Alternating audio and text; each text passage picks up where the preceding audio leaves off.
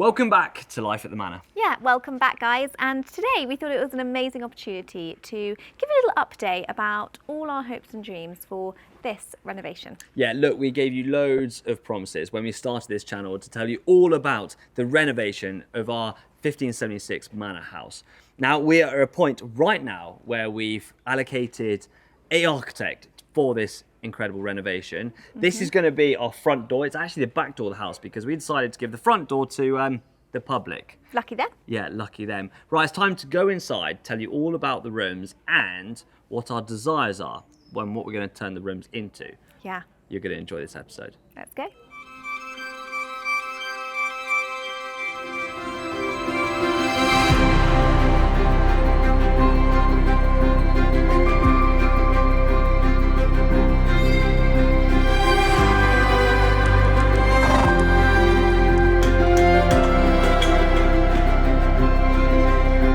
You've got more space than you have liquor. No way!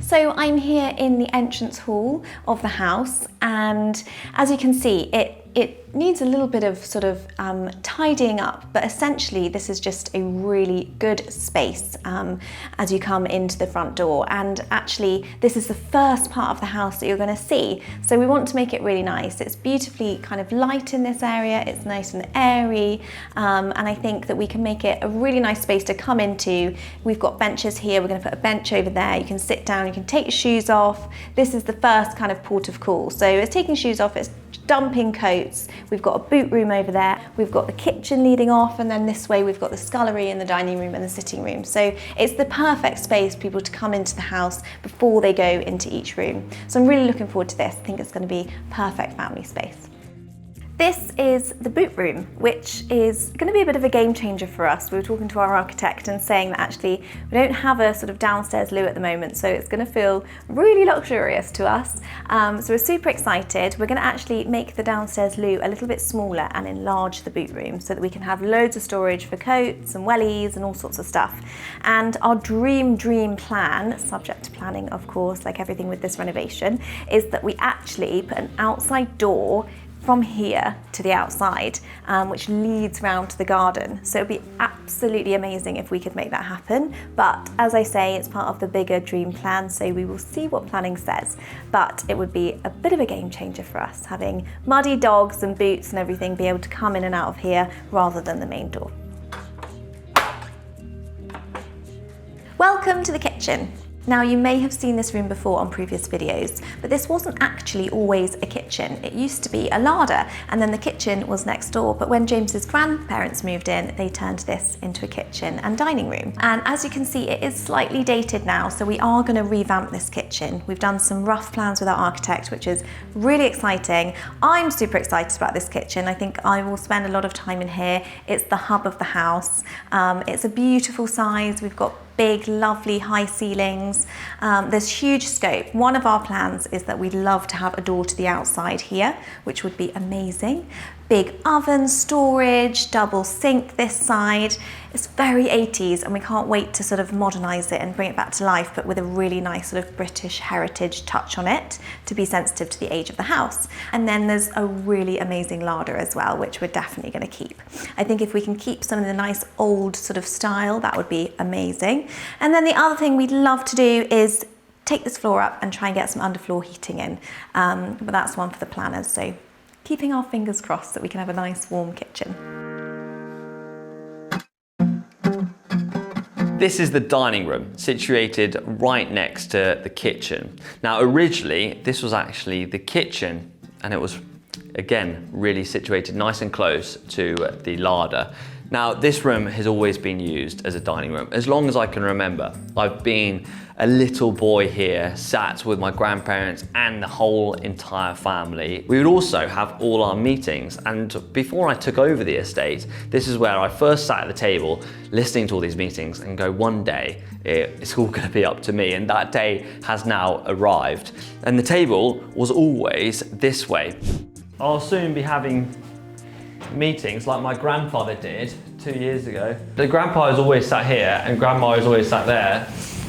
And so when we're having breakfast, grandpa would always like have an egg and soldiers. And what then would I have? They would have chats like this over the table. And What then if you needed the children salt? would sit here. What if you needed the salt? You normally call you butler, but I don't have one. I might have to call my dad. I'm your butler. But the room's set out like a kind of tea room at the moment, and that's because we've got a big filming production going on over the other side of the house, and we've got a tour at the same time. So this is where they're gonna have their tea. But what's our plan with this very room? Now, we would love to take out the boiler room so that we can make this like it was originally, which was a big square room. We've also got a chimney to the right, and so if we can, we would love to put a wood burning stove there to be able to heat these two rooms and hopefully heat the rooms above. As we all know, a dining room is one of the main rooms for any family household, and we cannot wait to start putting our stamp on this very room.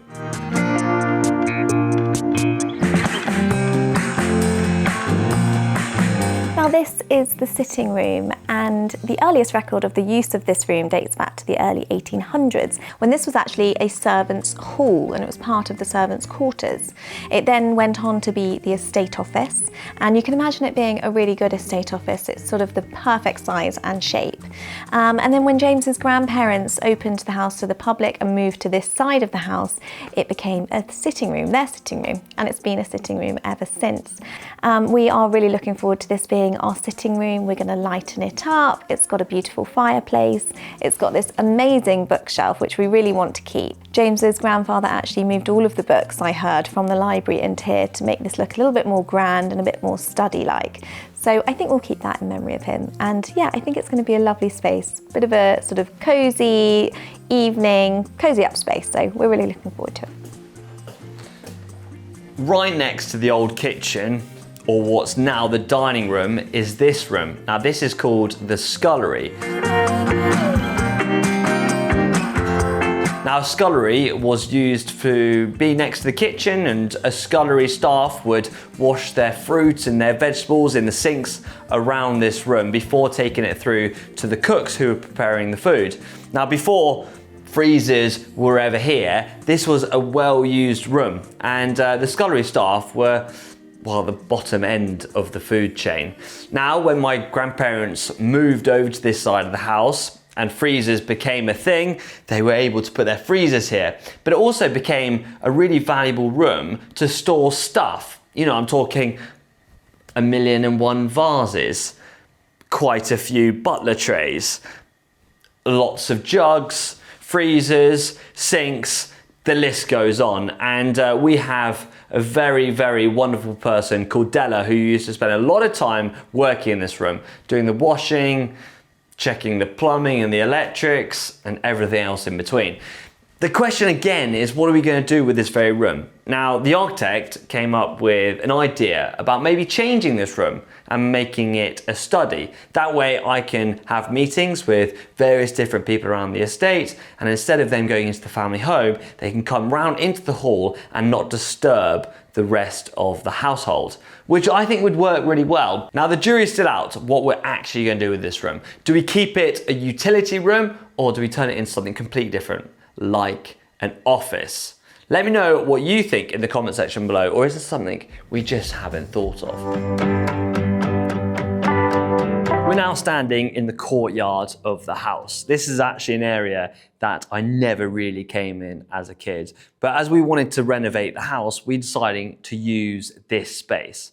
Now, back in the day, there was an old well behind me, and now all the sewage goes into this area. And as you can see, we've got some sewage and drainage issues. But our plan for this space is to make a nice private patio / outdoor garden area. What we'd like to do is put trees around the outside, make really nice patio in the middle, sort out our drainage, and put a big table and chairs in the middle so that we can have breakfast, lunch, or even dinner in this very space. And if we can, what we'd love to do is make a doorway out of that window there so that you can access it nice and easily from the house. Because at the moment, you only can access this area from that door, and that door goes into the public facing area, into the Great Hall. But I think this is going to be an amazing space that we can utilize that isn't being utilized right at this moment. But there's also a lot more we need to do.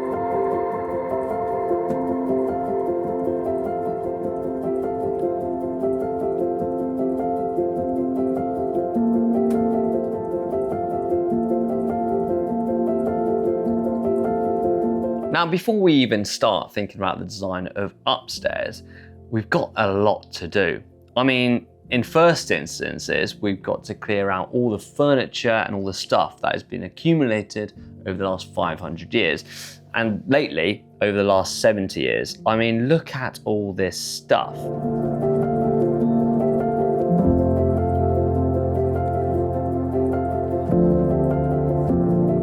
And then we're going to get to clearing out the carpets, the curtains, the soft furnishings, and then pulling up the floorboards. And that's where we can start doing all our surveys. We've got an asbestos survey, we've got an electric survey, a plumbing survey, and the list goes on. But first, before all that, we've got to clear out rooms like this. All of this, and this. When I was doing a bit of investigating, I took all this pink boarding off and it exposed all of this paneling, which we reckon was put in about 1903. So that just shows what exciting stuff we can uncover with this renovation.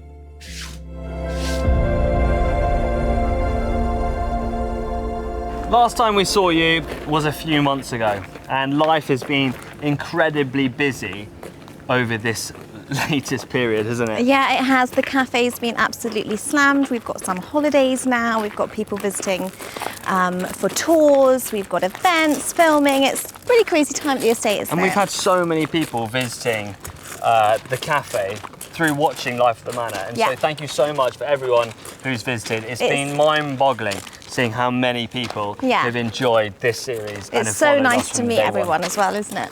But what about the renovation? Where are we? What have we done? And we have been working hard in the background. Now, you might have seen, if you've been following the channel, that we've just put up our tribute video for my grandmother, and that is really an end of an era, 70 years in the house, and we're the start of the new era. And so we've kind of been working our heads around how we get around, you know, preparing the house for our generation and beyond. And so there's been a lot of thinking and a lot of planning. And we're going to explain everything we've done right now. So where are we today and what has happened? So to start with, we as a family had a bit of a family meeting to understand what we needed to get into place before we took on this renovation. Now, it's not a simple job. This isn't any normal house. It's 500 years old, and so we have to do the right things at the right times. And so and I think that's where you have to start with things like this, is just sitting down with the family and having those conversations and putting everything out on the table. Because I think, you know, sometimes what people don't realise with somewhere like this is that actually, you know, the dynamics between the family are one of the most important things to get right. Yeah, exactly. And so what we got asked and guided to do was to get an array of different architects and all this kind of, and architects and builders and the like, just to get a lay of the land to who we want to go with.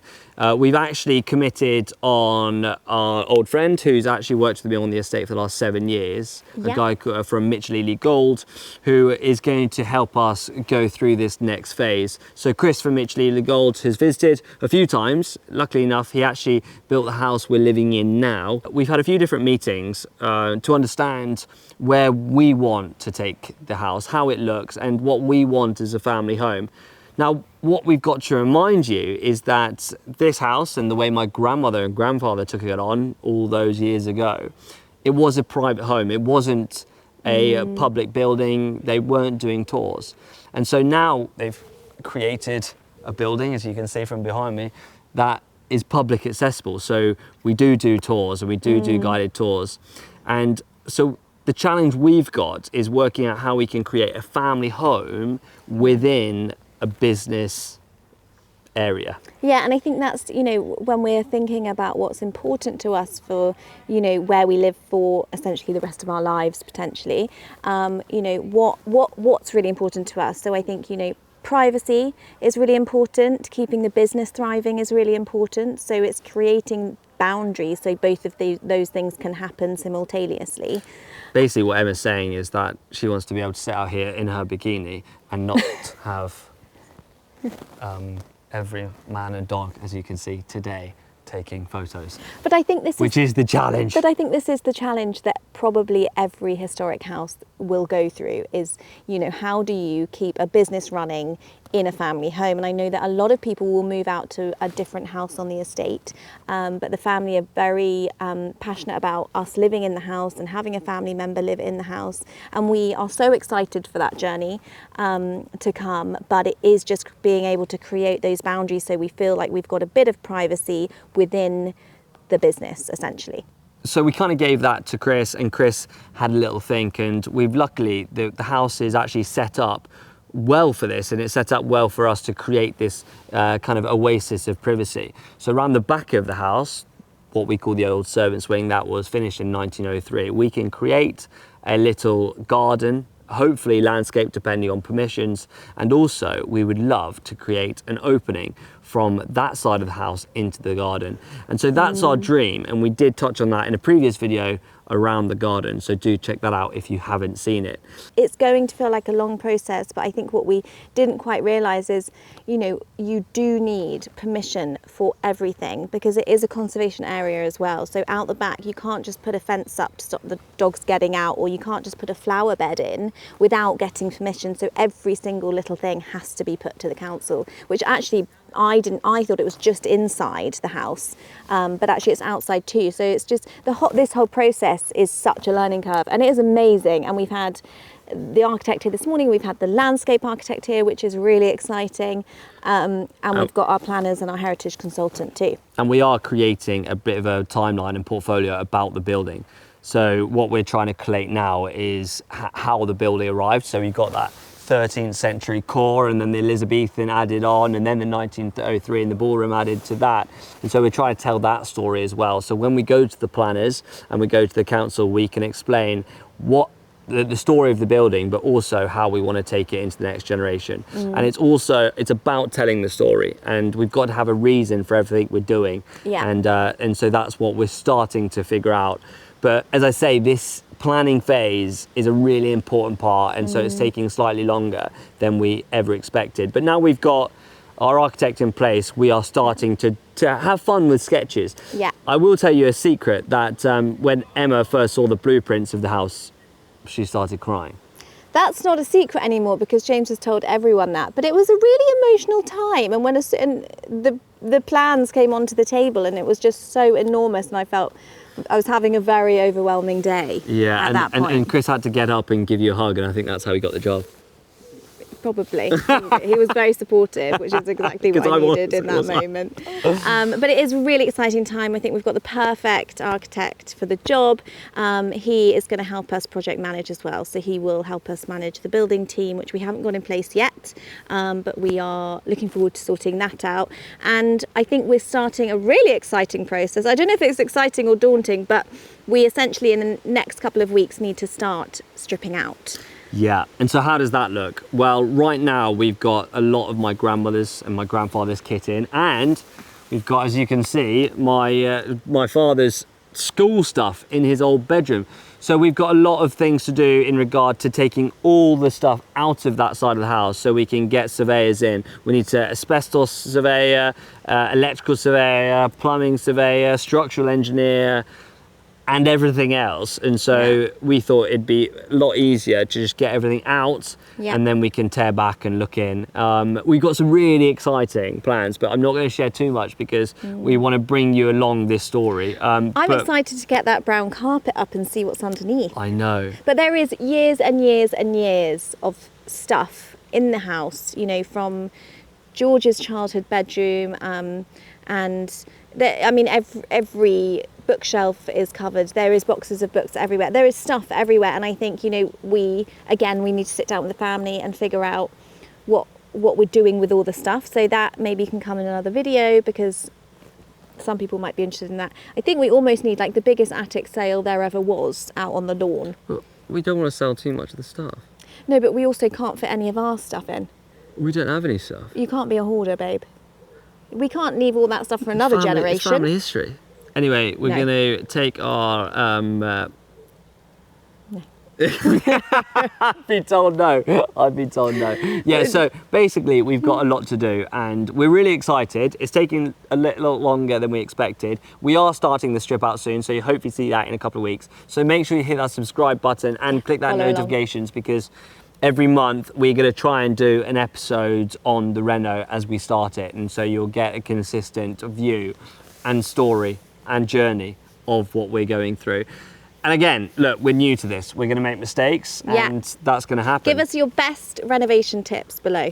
And if you want to see anything or if there's any detail you would like us to go into more detail on, then please let us know. The first thing I'm going to get on with is get all those military outfits out. I actually got the idea from Mapperton. Get the military garments and everything and pack it into nice boxes because... Yeah, otherwise they're just going to waste away, aren't they? I just wouldn't want to get that ruined. I'm going to get a massive skip and get that brown carpet in the skip. Yeah. Guys, I hope you enjoyed that little roundup. I'm sorry that it's taking longer than expected. Please stick with us. Yeah. Hit that subscribe button. Share Life of the Manor with friends and family because we would love to build this community far and wide and bring more people on a heritage journey of the century, in our opinion. Thanks so much, guys. We'll see you next Friday. Take care.